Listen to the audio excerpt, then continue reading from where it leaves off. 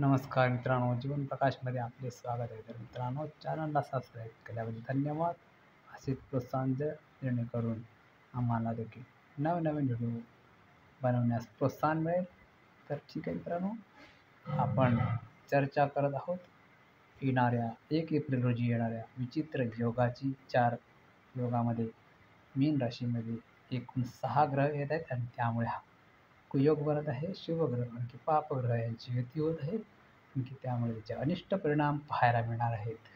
त्याचबरोबर या योगामुळे एखादा नवीन आजार उद्भवू शकतो, देशामध्ये पसरू शकतो, साथीचे रोग पसरण्याची शक्यता आहे. त्यामुळे एप्रिल व मे महिना यामध्ये तुम्हाला पूर्ण काळजी घेणे आवश्यक आहे. तर 1 एप्रिल रोजी येणाऱ्या योगाचे वेगवेगळ्या लग्नकुंडलीवर होणारे परिणाम आपण पाहत आहोत.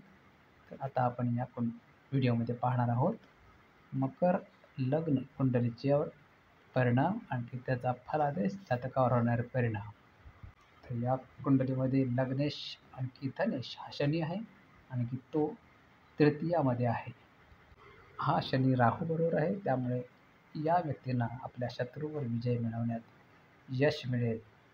हे व्यभिचारी असले तरी देखील शत्रूवर विजय मिळू शकतील या 2 ग्रहांच्या उपस्थितीमुळे.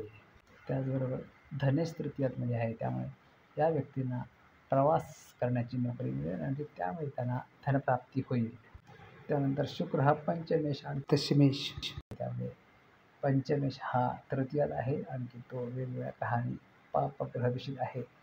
तृतीय स्थान छोट्या भावंडाबद्दल आहे. तर मित्रांनो, छोट्या भावंडाच्या बाबतीत खूप प्रॉब्लेम येऊ शकतात.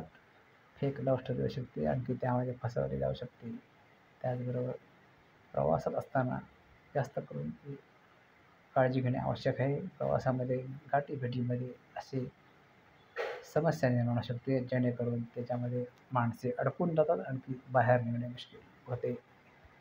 त्यानंतर दशमेश तृतीयामध्ये देखील आहे, त्यामुळे तुमच्या भावंडाला नोकरी मिळू शकते, परंतु त्या नोकरीमध्ये त्यांना आनंद मिळेल असे सांगता येत नाही, आणखी त्याच्यामध्ये त्यांना फायदा होईल असे सांगता येत नाही.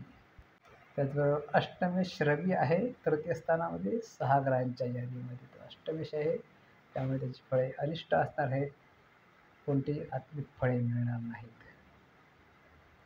त्यानंतर बुध हा षष्ठेश आणखी भाग्येश आहे. मित्रांनो, या लग्नाच्या व्यक्तींना नोकरीमध्ये यश मिळेल. नोकरीमध्ये ज्या समस्या असतील तर दूर होतील, आणि वेगवेगळी लांछने असतील तर ती पण दूर होतील, आणखी एक इवानद्वारे करू शकतो. त्याच्यानंतर मंगळ हा चतुर्थेश आणखी लाभेश आहे, त्यामुळे या व्यक्तींना चतुर्थाचे फायदे मिळतील, आणखी लाभेश आहे, त्यामुळे मित्रमैत्रिणींकडून फायदा मिळेल.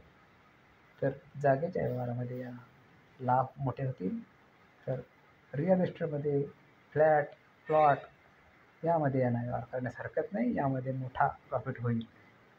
त्याचबरोबर तृतीय स्थानामध्ये हे सगळ्या 6 ग्रहांची युती होत आहे, त्यामुळे तृतीय स्थानाशी संबंधित भावंडाच्या समस्या, भावंडांचे प्रकरणे, भावाने कोणत्या तरी प्रकरणात अडकू शकतात, अगदी त्यामुळे त्यांना खूप प्रॉब्लेम होऊ शकतो.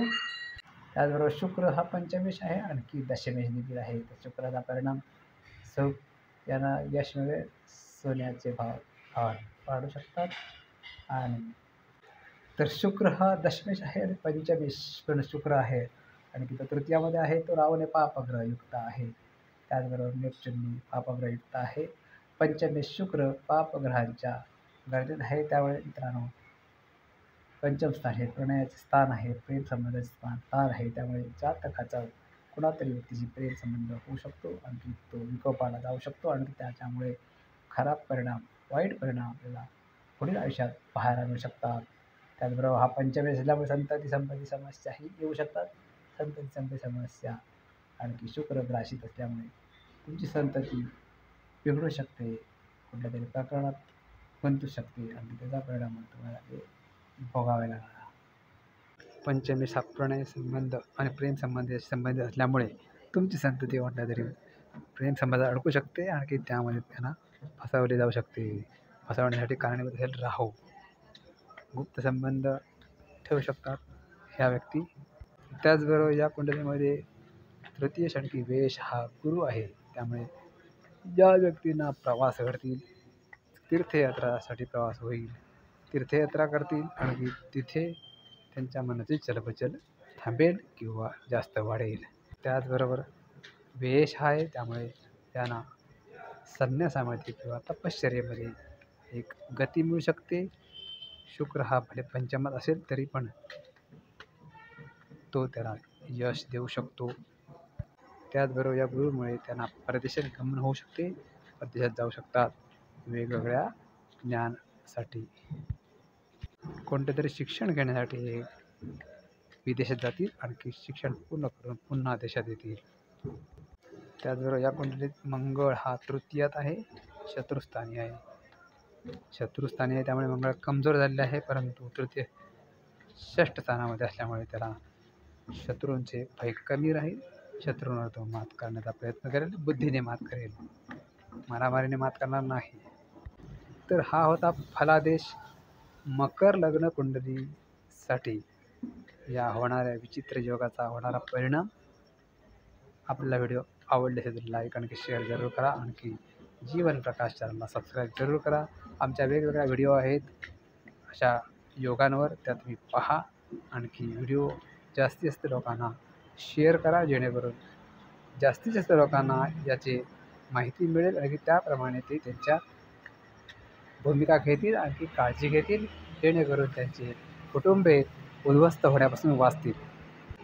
तर ठीक आहे मित्रांनो, पुन्हा भेटूया नवीन व्हिडिओसह. तोपर्यंत जय श्रीराम, जय श्री स्वामी समर्थ. धन्यवाद.